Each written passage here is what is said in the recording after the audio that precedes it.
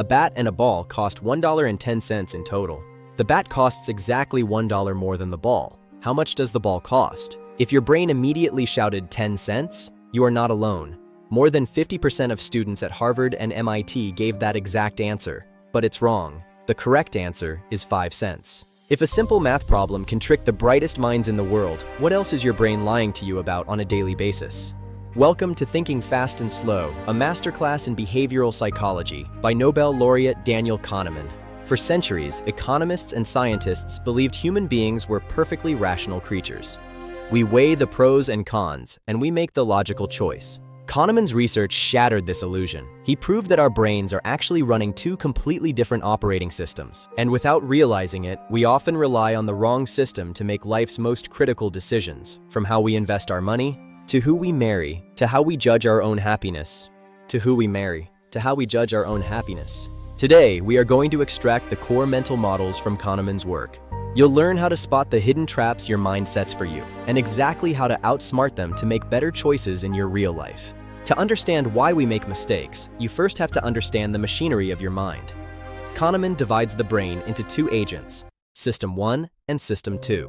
System 1 is fast, intuitive, automatic, and emotional. It operates entirely under the radar. It's the system that allows you to drive home on an empty highway while lost in thought, or immediately read the emotion on a friend's face. It requires almost zero effort. System 2, on the other hand, is slow, deliberate, analytical, and logical. It's the voice in your head that you identify with.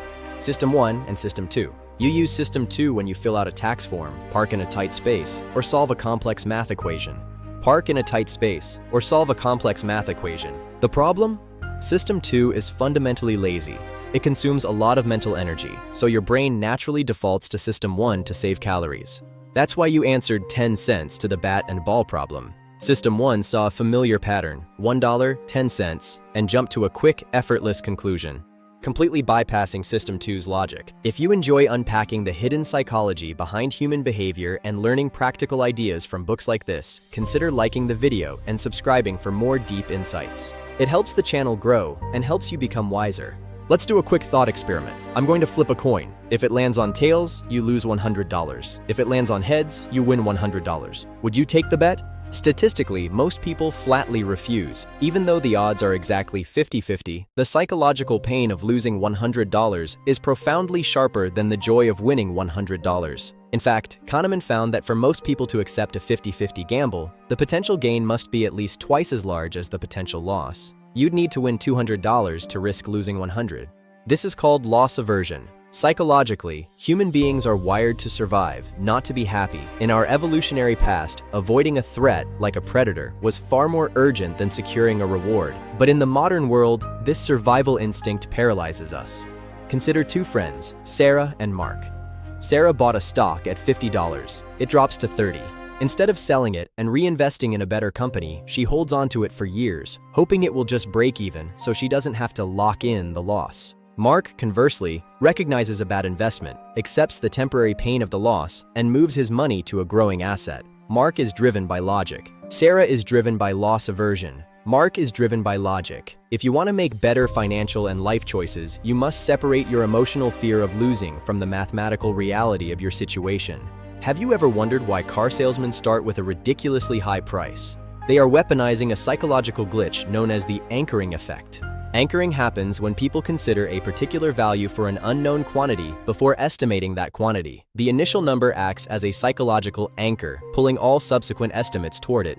Kahneman demonstrated this with a wheel of fortune. He had participants spin a wheel rigged to stop at either 10 or 65.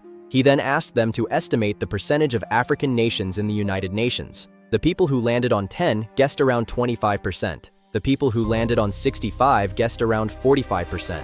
A completely random number subconsciously influenced their answer to a geopolitical question. Why does this work? Because System 1 is highly suggestible. Real-world application. If you are negotiating a salary, be the first to state a number. By throwing out a high, well-researched figure, you anchor the entire negotiation around your number. If the employer goes first with a lowball offer, your System 1 will subconsciously begin adjusting your expectations downward. Imagine you buy a $20 ticket to a movie. 30 minutes in, the movie is absolutely terrible. It's boring, the acting is awful, and you are miserable.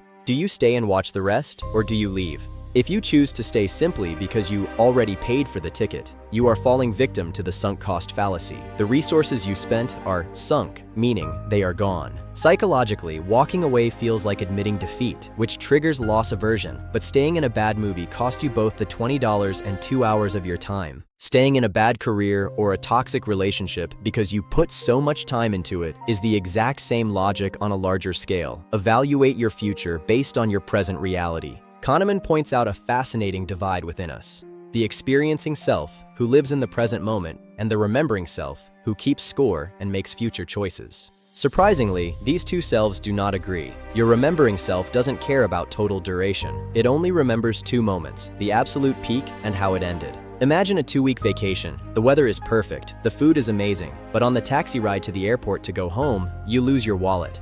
Your remembering self will label the entire vacation a disaster, even though your experiencing self enjoyed 13 perfect days. Real-life application. You can hack this rule to your advantage. If you are designing an experience, don't worry about every minute. Just ensure there is one memorable highlight and engineer a positive ending. Knowledge without action is just entertainment. First, implement a System 2 delay. Whenever you are faced with a high-stakes decision, enforce a 24-hour waiting period. This starves your emotional System 1 and gives your logical System 2 the time it needs to boot up. Second, do a sunk cost audit. Look at your current projects, subscriptions, or habits. Ask yourself, if I hadn't already invested in this, would I start it today? If the answer is no, cut your losses and walk away. Thinking. Fast and Slow teaches us a humbling truth. We are not nearly as rational as we think we are. Our brains take shortcuts and we irrationally fear losses. And we let our remembering self dictate our future.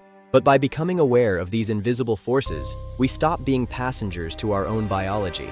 We step into the driver's seat. Which of these psychological traps do you fall into the most? Loss aversion or the sunk cost fallacy? Let me know in the comments below.